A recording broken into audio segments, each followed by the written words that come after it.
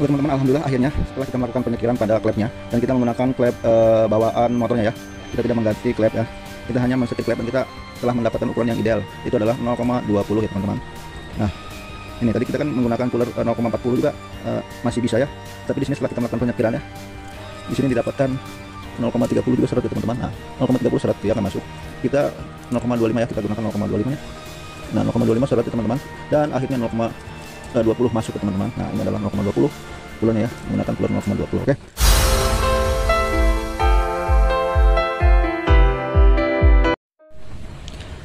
Assalamualaikum warahmatullahi wabarakatuh. Apa kabar teman-teman semua? Semoga kalian selalu dalam keadaan sehat walafiat. Teman-teman, kali ini kita akan meneruskan ya pekerjaan yang kemarin telah kita kerjakan ya. Itu adalah pengerjaan pembahasan tentang motor Satria Evo ya, tentang sebuah permasalahan Satria Evo. Di sini kita menangani sebuah Satria Evo yang mengalami loss kompresi parah ya. Jadi loss kompresi kemarin kita cek di bagian klepnya, ternyata klepnya itu rembes semua ya, bocor semua. Dan sang pemilik membawakan 4 buah klep dan 4 buah seal klep. Hanya saja ketika dipasang tidak ngepas ya untuk klep in. Untuk klep baru, klep in belum disekir saja sudah tidak bisa bergerak ya, atau sudah terlalu nggak tahu ini dimensinya terlalu panjang, nggak tahu bagaimana. Kita menggunakan klep in yang baru, tidak ada celah sama sekali ya. Nah, makanya kita ganti, kita gunakan yang lama ya, kita gunakan klep yang lama dengan yang sudah disekir juga ya. Kita sudah melakukan penyekiran dan kita sudah mengepaskan ya, didapat celah antara sim klep, didapat celah antara sim klep dengan noken as itu didapat 0,1 ya teman-teman. Klep in ya, motor Satria Evo itu antara 0,10 sampai dengan 0,20 ya. Jadi kita patokannya ini ada di sini ya, di antara 3 ini ya, 0,10, 0,15 dan 0,20 ya. Oke teman-teman, jika ini bergerak itu berarti kan tidak nempel ya, tidak nempel ke simnya ya, dan nempel ke klepnya. Jadi harus ada jarak bebasnya. Yang toleransi yang paling terendah itu adalah 0,10 untuk klep in ya. Nah kita kita tes ya, masukkan cooler 0,10 ke sini ya. Nah ketelah antara sim klep dengan noken as. Nah ini 0,10 teman-teman ya, ini 0,10 dia ngepas ya, 0,10 ngepres ya. Tuh 0,10 ngepres.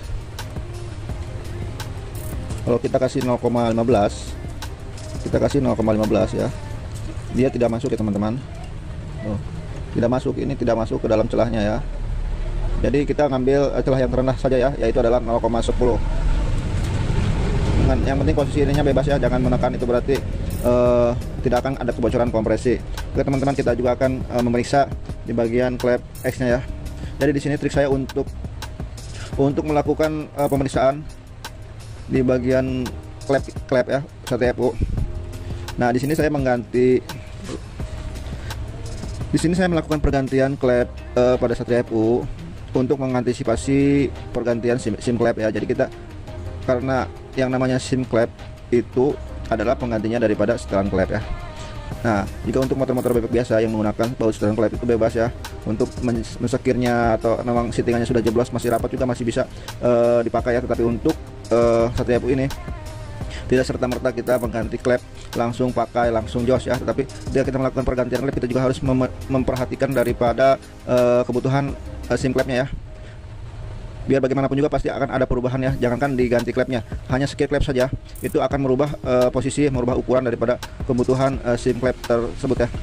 Ini bawaan motor untuk klep X ini adalah 200 ya, nomor 200, dan untuk klep in ini adalah nomor 190 ya, 190 untuk klep in.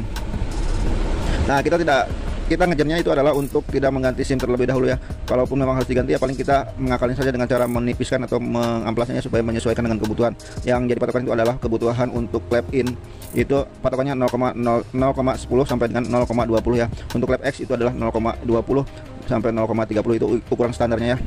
Tapi kadang-kadang banyak mekanik yang menggunakan 0,10 sama saja ya. Untuk in dan X 010, yang penting klep ini noken as ini tidak menekan atau tidak seret ketika diputar ya. Oke teman-teman, kita akan memeriksa dan mengkondisikan ya untuk klep X nya.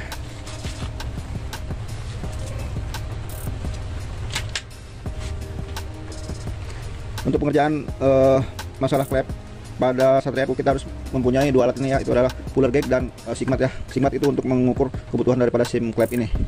Nah, ini adalah sim klep, bentuknya ya kayak baterai jam.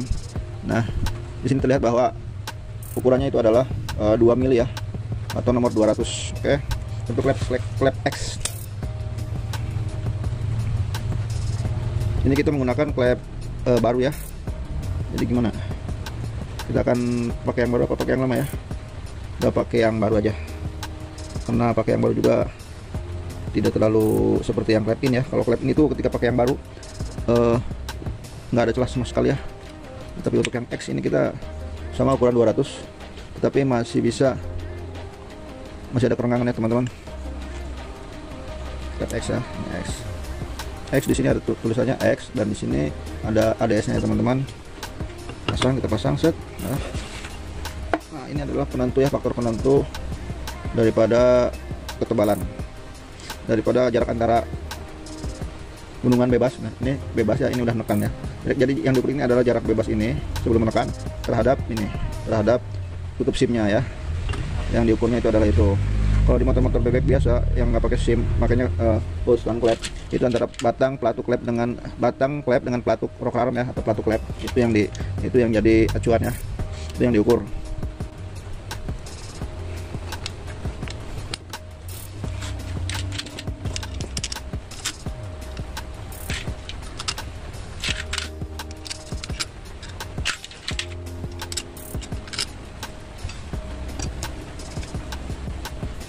Oke teman-teman, kita lanjutkan ya untuk klep X ya. Itu adalah patokannya itu adalah 0,20 sampai dengan 0,30 ya. Sedangkan kita akan mengukur plus minusnya ya. Jadi kita diukur mulai ini, yang saya lihat ini terlalu renggang ya. Kita pakai 0,30 ya, yang paling renggang. Jika yang paling renggang saja dia masih jauh ya, kita bisa mencoba untuk menggunakan yang nomor 40 ya. Kita siapkan 0,40 dengan 0,50 ya. Nah, ini 0,40 ya, kita masukkan. Nah,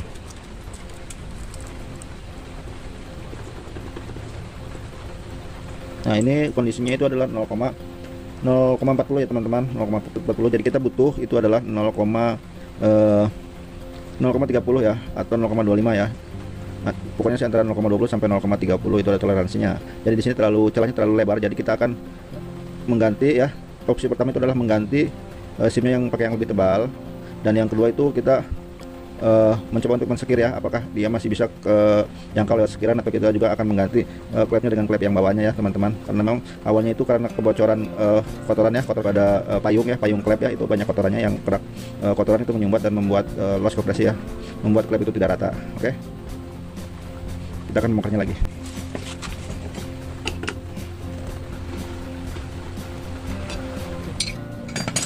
Lepas aja bang, teman-teman, kita akan melepasnya lagi ya. Lepas gapnya, kemudian kita gantikan, kita sekir ya.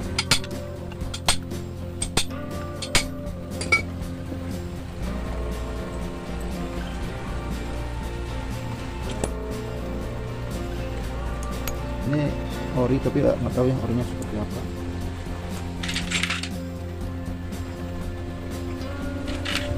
Kita bandingkan, tebalannya itu nggak terlalu beda jauh ya. Jadi kita akan mensekir ya bawaannya dia, sekir beberapa bawaannya saja. Ini terlihat kotor ya teman-teman tuh. Kita akan masukin saja dulu, siapa tahu masih bisa kekejar.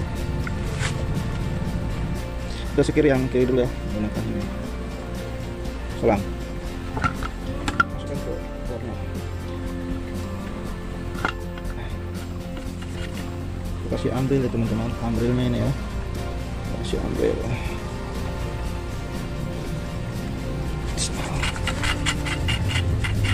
putar sampai rapat ya. Oke teman-teman, kita pasang ya untuk klepnya lagi ya. Setelah kita mensekirnya, kita akan memasangnya dan mencobanya ya, mengetesnya ya. Kita tes seberapa celahnya ya.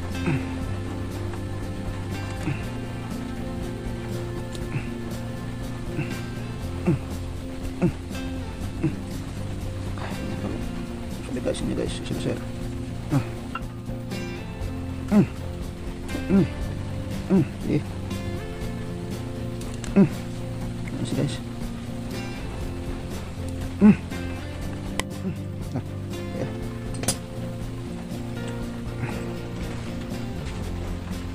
Pasang sini ya, tutupnya. Nah, sini juga.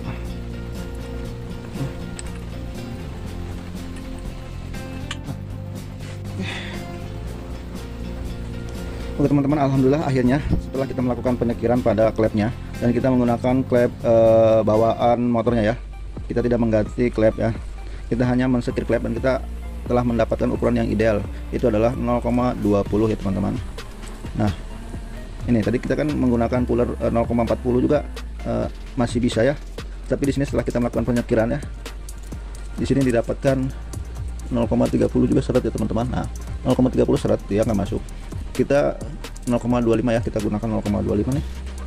Nah 0,25 seret ya teman-teman, dan akhirnya 0,20 masuk ke teman-teman. Nah ini adalah 0,20 pullernya ya, menggunakan puller 0,20. Oke, mungkin ini saja yang bisa saya sampaikan untuk tips dan trik dari saya tentang mengakali memutar otak untuk bagaimana caranya menyelesaikan masalah itu dengan tanpa masalah ya. Oke, besok kita tinggal pasang ya. Mungkin videonya dibikinin atau enggaknya ya gimana besoknya, barangkali besok kita sibuk atau bagaimana. Tapi ya segini juga saya udah dibikinkan jadi 3 video ya teman-teman untuk masalah head cylinder motor Satria FU ini. Oke teman-teman, sekian dulu ya. Posisinya sekarang udah malam ya, saya mau pulang ya, mau pulang ke rumah. Dan terima kasih atas segala dukungannya dan supportnya untuk bengkel dan channel saya ini. Semoga channel saya terus berkembang dan bengkel juga selalu memberikan kemanfaatan untuk orang banyak. Sekian dari saya, wassalamualaikum warahmatullahi wabarakatuh.